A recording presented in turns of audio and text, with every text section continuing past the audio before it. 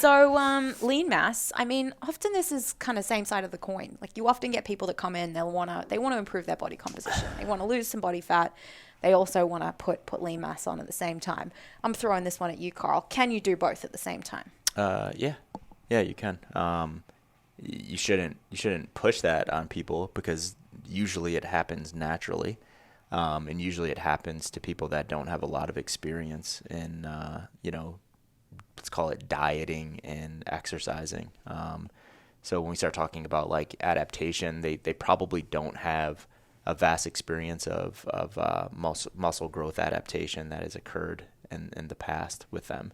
Or they have experience and they took this big long break, like years and years and years, and then they got back into it because there's like some time stamping stuff that happens with muscle building as well, where it is like riding a bike. If you put on this much muscle mass and you got really fat and then you lost all of it because you're not training, when you start training again, you can actually build that muscle mass and lose body fat at the same time. But for most people, it's not possible for most people. Yeah, no, I just think important place to start the conversation. And we get that question a lot. People ask it all the time.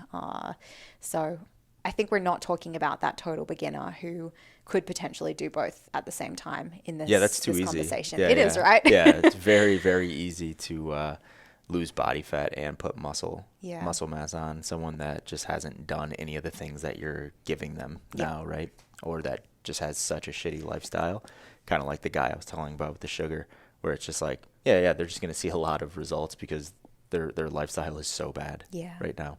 Is there one primary behavior that you think is in goal, habit, whatever you want to call it, that is important for people who want to gain lean mass? We said caloric deficit consistently for the fat loss person. So what is it for lean mass? There's a couple. I wouldn't say there's one main, but I guess the main would be maintaining a caloric surplus. Yep. And so many, it's obvious, right? When you lay that out to someone, it's like you have to eat enough food because if you're in a deficit, this is what's happening inside of the muscle tissue. And you explain that and they're like, oh, I get it, but I don't want to get fat. I don't want to, I don't want to eat too much, right? So I've worked with a lot of males that have had the goal of putting on more muscle mass. And, when you have the conversation of like, hey, like send me over some food logs. I just want to see what you're eating. I know what we're doing for training, but I just want to make sure that we can actually recover from that training and you're in a surplus still. They send it over and they're at like, they have a BMR of like 2,000 and they're eating 2,400 calories. And you're just like, yeah, we need to move that north. Yep. And, the first thing that comes out of a lot of their mouths is, well, I don't want to put body fat on, man. I told you I wanted to gain muscle mass. And it's just like, okay, let's sit down and have a lesson. So you just need to be in a caloric surplus. Yeah, I have had that conversation more than a few times with more than a few guys also. So you hear these like words thrown around of, a clean versus a dirty bulk. What's the... It sounded like a sexual thing. It kind of did, and I don't know. It sounded a dirty bulk. It was so wrong coming out of my mouth. Like those are not terms that I use. That is not like my fitness language. But I hear that stuff thrown around on social media, and in the gym bro world. Mm-hmm. So what are we talking about here? Yeah, it's just if we look at, because we're not talking about the term bulking. We're just saying we want to put on muscle mass. Yeah. I don't really use that term. I don't know why. I haven't thought about it too much, but yeah. So being in a caloric surplus, clean versus dirty. Dirty would be. Dirty would be, you're just eating a bunch of junk calories for the sake of eating calories. But we always have to look at the efficiency of the calories that we eat. Yep. Right. So, we can sit down and eat a bunch of fast food. Right. And those calories are calories, but what's happening in the digestive process with those things? And do we have to now go from 3,000 to 3,500 calories to now meet our micronutrient needs as well? So, look at efficiency of calories. I think that's really important. And you see this often with people that coin themselves hard gainers. Yep. I've worked with some individuals that are like, I can't put weight on to save my life. And you look at what they eat and all they're eating is like junk food. and you're just like, your calories just aren't very efficient. And they're Mm-hmm. just like, what the hell does that mean?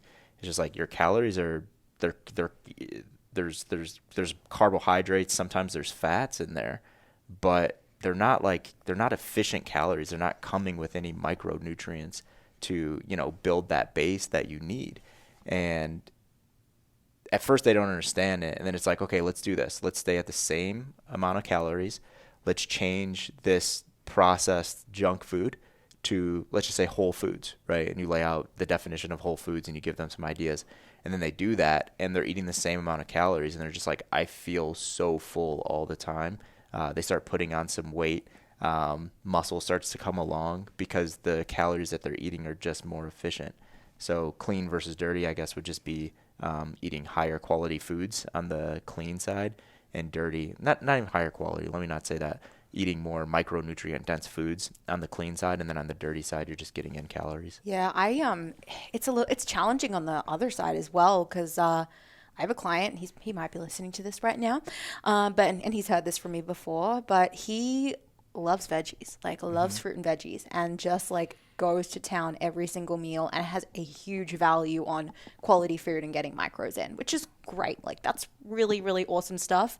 But when someone's trying to eat 3,500 calories and they're eating like a pound of broccoli at lunch, that can make it really, really tough tough on the digestive tract, for one. Like it's a lot of fiber throughout a day. Yep. And just the volume of food to then get in the like caloric density that you need can be really challenging. So it's finding that balance between getting macros, but also making sure that someone is getting foods that are calorically dense enough, so they're not like just constantly eating, constantly feeling full, having digestive upset, and then actually not like absorbing those nutrients because they're shitting them all out. What's the reason why he thinks he needs to get that much volume in? Bias in the fitness industry around like quality food and paleo diet and things like that. I think it's just we develop these ideas and values around nutrition, and we think that eating oatmeal is bad or sugar is bad for us or whatever it might be, and that's not necessarily stuff he feels. But I've seen things like that develop in myself over the years, and I've observed that in a lot of people where they just think certain foods are bad because someone put that rubber stamp on them. And so because he has such high value on eating highly, nutrient dense foods, because eat the rainbow, guys. It's hard for him to flip the switch sometimes, and sometimes go for foods that may be slightly less micronutrient dense, but like have more macros in them. Yeah. I think for someone like that, I think that's a better bias that to have than the opposite side, where it's like eat a bunch of junk and totally what we eat doesn't matter. But for someone like that, that's probably someone that wants to be locked in, right? Or someone that wants to, whatever they can control, they want those things to be as optimal as possible. So for that person, I would just look under the hood and be like, hey, go get some blood work done, right? Yeah. And let's see what your body actually needs. Because, he might get some blood work done and see some things that are, oh man, I'm actually overdoing it in some places. And then like, you guys have a conversation on like, what are some negative effects of overdoing it? And that's actually not optimal. That might actually change those behaviors. And he's like, okay, I need to calm down on this. Or if there's some digestive things that are happening, or distress or so on and so forth. I mean, there could be some good conversation around, hey, you need to actually dial it back a little bit because of these reasons. I think people just need tangible reasons why they should or shouldn't do anything, which I'm like that as well. Totally. That could be a good little use of inside tracker there. Yeah. For sure. Yeah, it's a flip side, right? Because with fat loss, oftentimes you're trying to get people to eat foods that are higher in volume so they have satiety and they don't feel like they're eating air all day because they are in a deficit. And then when someone is eating in a caloric surplus, if that's challenging for them, how can we get foods that are more calorically dense in so you don't feel like you're just shoveling food down all day? Yeah. So I think you just educate them on what more calorically dense foods are, right? Yeah. So if it's that guy and he's like, I can't do this, you're like, hey man, you're eating, 500 grams of broccoli at every meal. That is not a calorically dense meal. Let's bring that down to 50. Right? Let's cook it. Let's put some butter on it. We'll give it some better flavor. You know what I mean? Like, let's just have some conversations on how we can eat the exact same way, but how we can alter some things to put more calories in those meals.